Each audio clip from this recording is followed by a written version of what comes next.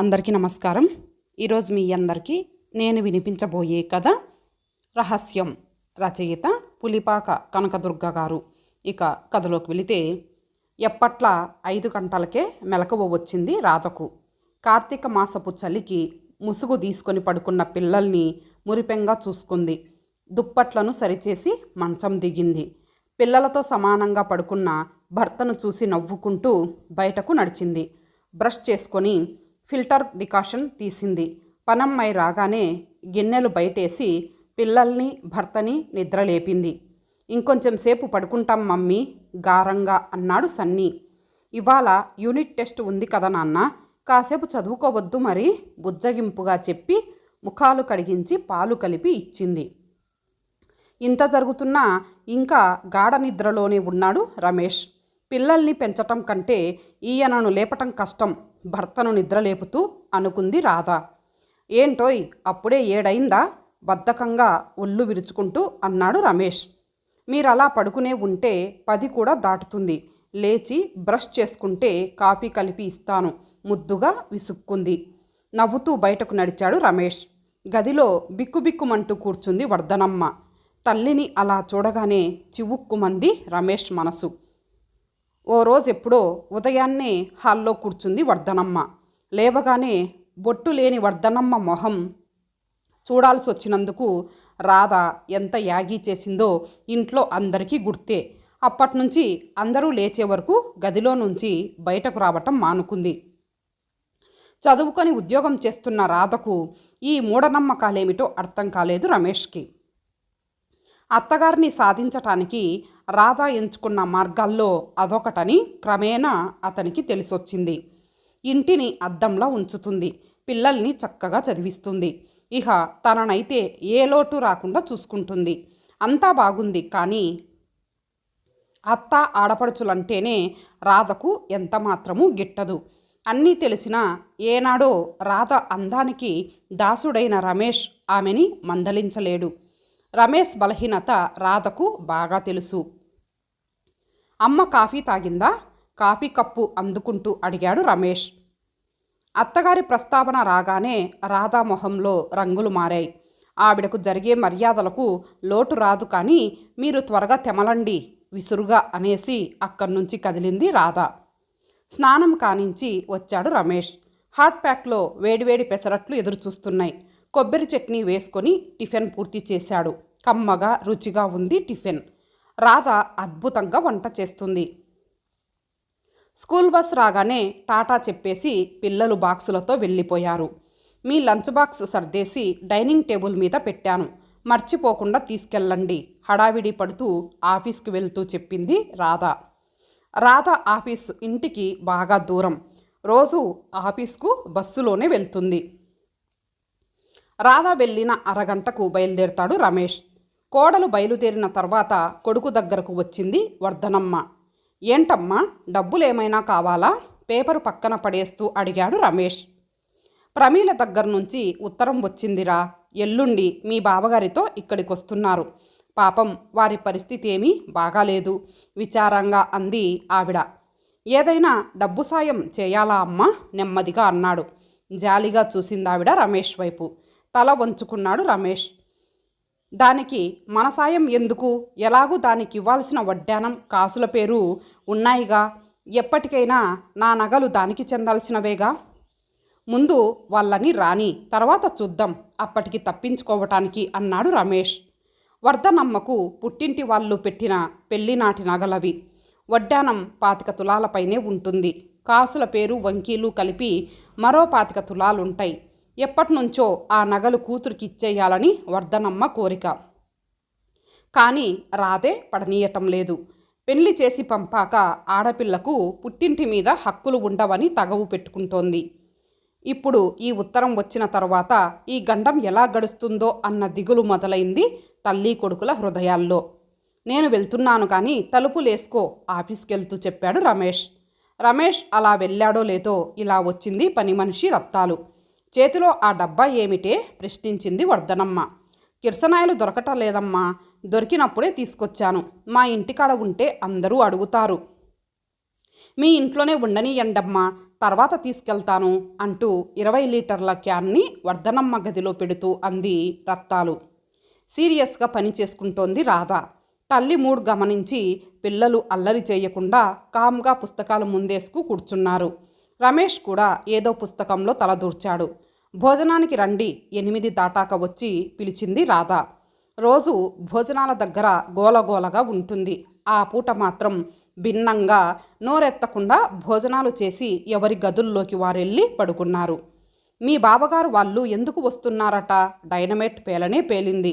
ఏది నాకు కూడా తెలిస్తేగా నసిగాడు రమేష్. కానీ నాకు తెలుసు, ఏం చేసినా ఆ నగలను మాత్రం ఇచ్చే ప్రసక్తి లేదు.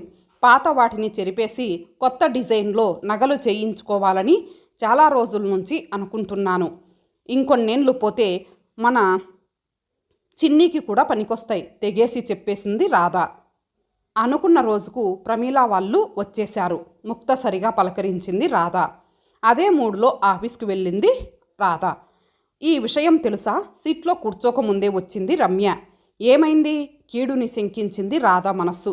నీరజని రాత్రి వాళ్ళ అత్తగారు వాళ్ళు కిరోసిన్ పోసి చంపబోయారట. తెలివిగా తప్పించుకొని బయటపడిందంట. ఆఫీసులో అందరికీ తెలిసిపోయింది. అయినా నీరజ తెలివైంది. జరగబోయేదాన్ని ముందుగానే తెలుసుకొని తప్పించుకోగలిగింది.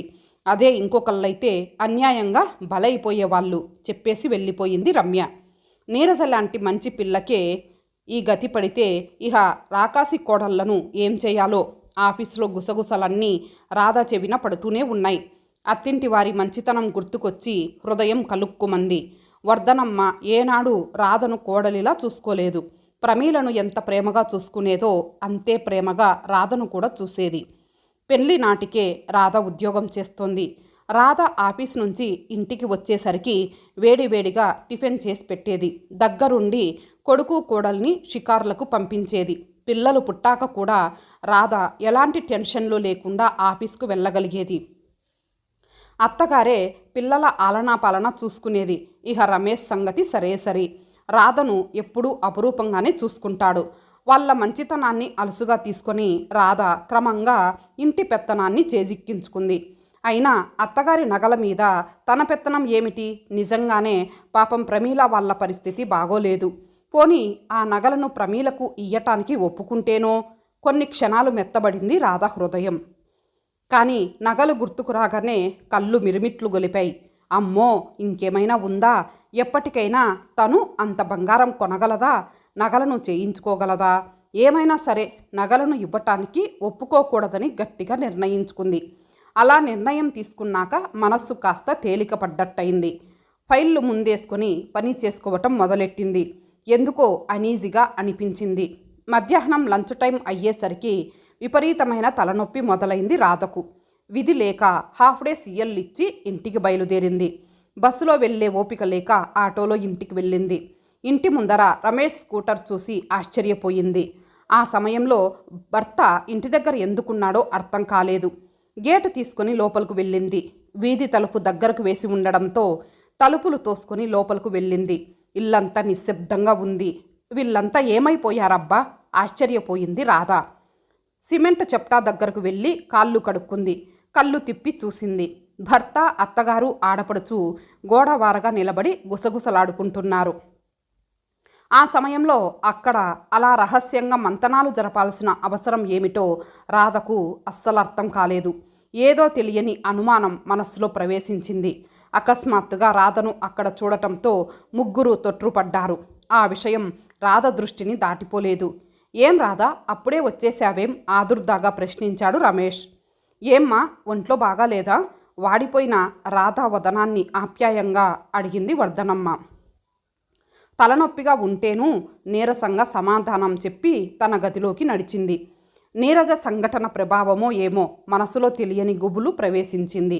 మంచం మీద పడుకుందన్న మాటే గాని విపరీతమైన ఒళ్ళు నొప్పులు ప్రారంభమయ్యాయి. అమృతాంజనం తీసుకొచ్చి సున్నితంగా నుదుటి మీద రాయసాగాడు రమేష్.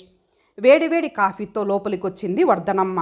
కాస్త వేడి కాఫీ తాగి పడుకోమ్మా, తలనొప్పి అదే తగ్గిపోతుంది. రాధను ప్రశాంతంగా వదిలేసి ఇద్దరూ వెళ్ళిపోయారు. సాయంత్రానికి జ్వరం తగిలిందేమోనన్న అనుమానం కలిగింది రాధకు.